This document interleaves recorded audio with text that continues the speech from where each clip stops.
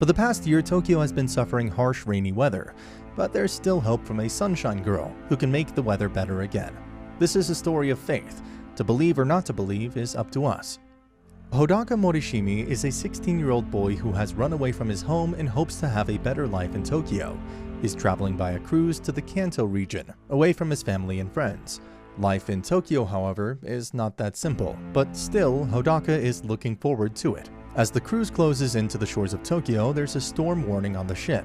Hodaka, who loves rain, rushes out to embrace it. He runs to the deck of the ship. Suddenly a large wave hits the cruise, and Hodaka almost falls overboard. But it is saved by a middle-aged man named Kisuke Suga. Thankful for what he has done, Hodaka asks if he can get him something. The man asks for an expensive beer.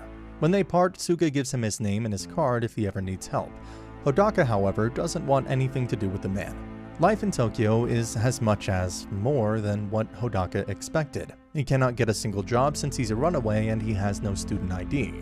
Hodaka is forced to go from one place to another searching for decent food and a place to live. It's almost always raining, and Hodaka spends most of his day's expenses on hot baths. Life is frustrating and saddening. Having almost run out of money and with no luck with any job, a frustrated Hodaka cowers outside an apartment when suddenly a man appears from inside, alongside two beautiful women. He trips the boy over just to show off. Hodaka stumbles upon a trash bin, spilling it all over the floor. As the humble boy tries to clean it up, he finds a bag lying around. Not knowing what else to do, he picks it up. He then heads to a restaurant and sits down. After much contemplation, he looks at what's inside. It's a gun. A toy gun, surely, Hodaka thinks, and puts it back. He brings out Suga's name card and takes a look at his office's location. It's his last hope, and Hodaka isn't thrilled at all. He reminisces of the days when he was at his hometown, the day when he saw the moving light. Suddenly, a girl from the restaurant comes to him and gives him a burger. She smiles and leaves Hodaka perplexed. Hodaka enjoys the burger regardless. It's the best meal he's had in the 16 years of his life. Sometimes one single moment can make everything start to fall into place, and this is that moment for Hodaka. After this, Hodaka makes his way to Suga's office. He enters to see a beautiful woman lying asleep on the sofa. She gets up and introduces herself as Natsumi. Natsumi doesn't disclose her relationship with Suga, so Hodaka, having experienced a lot of weird stuff in Tokyo in the last few days, assumes she is Suga's mistress. Suga arrives a few moments later, and both of them offer Hodaka a job. They're actually writers who write columns on supernatural stuff in various magazines in Tokyo. Hodaka is hired instantly, and as a bonus, the job includes food and accommodation. Almost all of Hodaka's issues are cleared at once. His new life has now started. The job starts almost instantly, and Hodaka is asked to interview people who have experienced or witnessed some supernatural activities. Suga gives him a tip to start with: 100% Sunshine Girl. They interview a psychic, some old couples, and even children. Most of his time, Hodaka works on recording the interviews and transcribing them to the laptop, and the rest of the day he helps Suga and Natsumi with household chores. Life is hectic and fast, but Hodaka has started to enjoy it. The rain continues to fall in Tokyo almost every day, but now that Hodaka has a roof to stay under, none of it matters. One day, as Hodaka is strolling down the street, he notices the girl who had handed him the burger the other day being escorted by two men. One of these men is the same arrogant guy who tripped Hodaka for no reason at all some days ago. The girl looks scared, and Hodaka feels there's something wrong going on. He quickly rushes to the scene and pulls her away. They start running. For some reason, the girl doesn't even question him until, well, they are surrounded. The guy brings Hodaka down and starts punching him. Not knowing what to do, Hodaka pulls out the gun from a few days earlier. The men laugh at the toy gun, but when Hodaka fires it, it turns out to be real. The bullet lands centimeters away from the man and strikes the lamppost. All of them are shocked. The girl takes this opportunity to free Hodaka from the man's grasp, and they both run away. They take shelter in an abandoned building. It's safe to say that she is pretty bummed about the fact that Hodaka pulled out a literal gun. Hodaka tells her that he thought it was a toy, which is why he kept it. He's scared and his hand trembles when he holds the gun again, so he throws it away. After some time, the girl warms up to him. She tells him that she was letting go of her last job and stumbled upon the man for another job. The girl realizes that Hodaka is a runaway. She finds him a little lost and scared, so she takes him to the top of the abandoned building. There's a small shrine built on top. She tells him that it's hard to enjoy Tokyo with such rainy weather. She then starts praying. The wind changes, rain starts to revert back to the sky. Suddenly, the sky clears and the clouds move apart to reveal a ray of sunshine upon them. The girl introduces herself as Hina. Hodaka instantly realizes that she is a sunshine girl. She asks how old Hodaka is, and he tells he's 16. Hina smiles and replies that she will be 18 next month, so he must treat her with respect. The rain returns once again, and people all over Tokyo start witnessing weird objects that look like fishes that arrive along with the rain. Natsumi and Hodaka watch various posts about this online. Natsumi remembers what a guy told them during their interview, that there is a world full of an ecosystem larger than the ocean up in the sky. Hodaka then heads to Hina's place where they had agreed to meet. When he reaches the door, he comes to his senses. It was the first time he had ever visited a girl's house. Before he can prepare himself, the door opens and Hina greets him cheerfully. She lives alone with her brother. They both enjoy the lunch Hodaka brought with him. After lunch, Hodaka shows Hina some of his ideas. He thinks that she can use her powers to earn money rather than do a job in the harsh nightlife of Tokyo. They create a website where people can order her services for a clear day. Just as they press the button to publish the website, Hina's younger brother Nagi, Hodaka instantly realizes that he's the same middle schooler who was juggling 5 girlfriends. Hina introduces Hodaka as her business partner, and just then they get a request to clear the weather of the flea market the next day. Hodaka prepares weird props which Hina refuses to use, but in the flea market, Hodaka brings them anyway. He also has Nagi dressed up as a rain puppet. The people in the market are skeptical at first after seeing the shenanigans of Hodaka and Nagi, but soon the sky clears. The owners are so happy that they pay them 20,000 yen, almost 4 times what they had asked for. Their business was a hit. They start helping more and more people after that and take a lot of requests clearing the skies out for anyone who needs it. One day they go to help an old woman who wishes for clear weather to pray for her departed husband. Hodaka also realizes that Hina lost her mother last year, and so she too does the ritual with the old woman. As she is occupied, Taki talks with Hodaka. She asks their age and Hodaka suddenly remembers that next week is Hina's birthday. Taki suggests that he get her a present. Hodaka has started to develop feelings for Hina and wants to get her something truly special. Life was good now, so he could afford something nice. However, times can change for the worse as fast as they change for the better.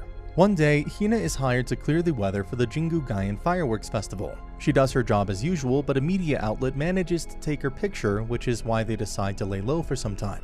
Elsewhere, Natsumi continues to work on the article on the summer girl and goes to visit a temple. They interrogate a man about the legends, and he tells them that years ago there was one sunshine girl for each village. These women took the prayers of the villagers and relayed it to the sky world. However, there's a heavy toll to pay by the end. The next day, Suga, his daughter, and Natsumi hang out together with Hodaka, Nagi, and Hina. As the boys play, Natsumi, who was told of Hina's ability by Hodaka, tells her about the prophecy the old man had told them. Hina simply looks at the video but doesn't reply. The rain keeps falling in Tokyo, and the man who had beaten up Hodaka is caught by the police. They aren't actually after him. The gun that Hodaka was using belonged to one of the cops who had dropped it. On top of that, Hodaka's parents had filed a missing persons complaint. The cops just want to know where he is. Elsewhere, Hodaka goes to get a gift for Hina's birthday and settles for a ring. The owner of the shop is Mitsuha, who tells him that he has chosen a great gift. That evening, as Hina and Hodaka walk back home together, Hodaka thinks of a way to profess his love to her. Just as he gathers the courage to speak, water starts to surround Hina and she starts floating to the sky. When she comes down, her hands are weird and blue like water drops. She's scared and confused. She then tells him that a year ago today was when she gained her powers. Her mother was sick, and so she prayed and prayed that she could have one good sunny day and walk alongside her mother. She accidentally stumbled upon the shrine on the abandoned building praying, and that's when she gained her powers as a sunshine girl. She got connected to the sky.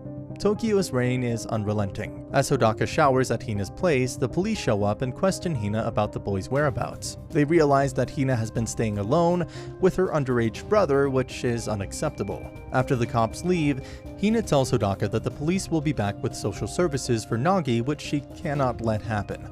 Just then, Suga also arrives outside, disguised in a completely random outfit. He hands some money to Hodaka and tells him that he cannot come back to the job. Suga was currently fighting for custody of his daughter and couldn't handle a law problem. He suggests Hodaka return back to his hometown. Saddened, Hodaka returns to Hina and suggests they run away together. The trio walk through the rainy streets of Tokyo with little luck of finding a place to sleep. They offer more money, but no one's willing to allow minors to stay without a guardian or an ID. The media reports that today is going to be the rainiest day of the year, and there is an increasing danger of floods and tsunamis. Soon the streets start flooding and the air gets chillier. The whole of Tokyo is affected by this. Suddenly it's snowing. The weather is all sorts of crazy. They are suddenly apprehended by policemen. They have been searching for Hodaka for possession of a firearm and running away from home. Hodaka runs away and tells Hina to take Nagi with him and flee in the opposite direction. Hina watches the policemen rough up Hodaka, and she can't bear it. She rushes to help him. In her anger, the sky grumbles, and lightning strikes a nearby truck, creating a huge blast. They take this opportunity to run to a super exclusive and expensive hotel, which costs 28,000 yen just for a night. Money is no issue for them, and they agree to stay there. The rooms are large and unlike anything they have seen before. All of them have a grand time taking showers, eating great food, and singing karaoke. At this moment, Hodaka wants nothing but this. He prays to God that even if there is something better for him, he doesn't want anything more than this. That night, Hodaka hands his gift to Hina, who is very happy to receive it, but she soon gives him the bad news. She tells him that Natsumi had told her sunshine girls are actually human sacrifices. Hodaka doesn't believe it at all, but Hina shows him her body. It's almost already turned to liquid. She tells him that once she is gone, the weather will return to normal because such is the fate of a sunshine girl. Hodaka is lost for words, but tells her that they will stay together no matter what. The next day when he wakes up, Hina is gone. The police have also caught up with them and they take Hodaka to the police station and Nagi to social services. On their way, Hodaka hears that Hina was actually only 15 and had faked her ID to get a job. He realizes that he was depending on someone younger than him instead of helping them. Upon reaching the police station, he runs away again. He's determined to bring back Hina from wherever she is. The policemen follow him, but he's aided by Natsumi, who gives him a ride on her scooter. She takes him close to the abandoned building, but is stopped because of the flooded streets. The sun is high and clear in the sky, and the weather is slowly becoming normal. Hodaka races through the train tracks to reach the abandoned building. He gets apprehended by Suga, who just wants him to stay out of trouble, and even the police. But he manages to get to the shrine on top of the building, wanting to save Hina. As soon as he reaches the shrine, he's dropped to the sky and sees her. Hina leaps towards him and they both start falling down. Hodaka tells her that she no longer needs to take other people's prayers. She will only pray for herself. Hina is hesitant as her return would make the weather worse, but Hodaka tells her that he doesn't care about the weather. She is more precious to him than any sunny day. 3 years have now passed and the weather in Tokyo never really recovered. The whole city was now flooded. After the incident, Hodaka had been sent back to his hometown and was on probation. He could have gone back to Tokyo, but he waited till the day of his graduation.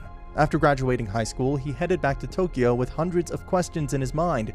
Did he do good? Was it worth it? Was the fact that Tokyo was now drowning his fault? But just when he sees Hina, all of those questions vanish. He's sure that he chose this and that's what matters to him. He has faith. The pair embrace after meeting after such a long time, and Hodaka tells her we'll be alright. Subscribe for more videos like this, turn on the notifications, and leave a like to help the channel out. Thanks for watching.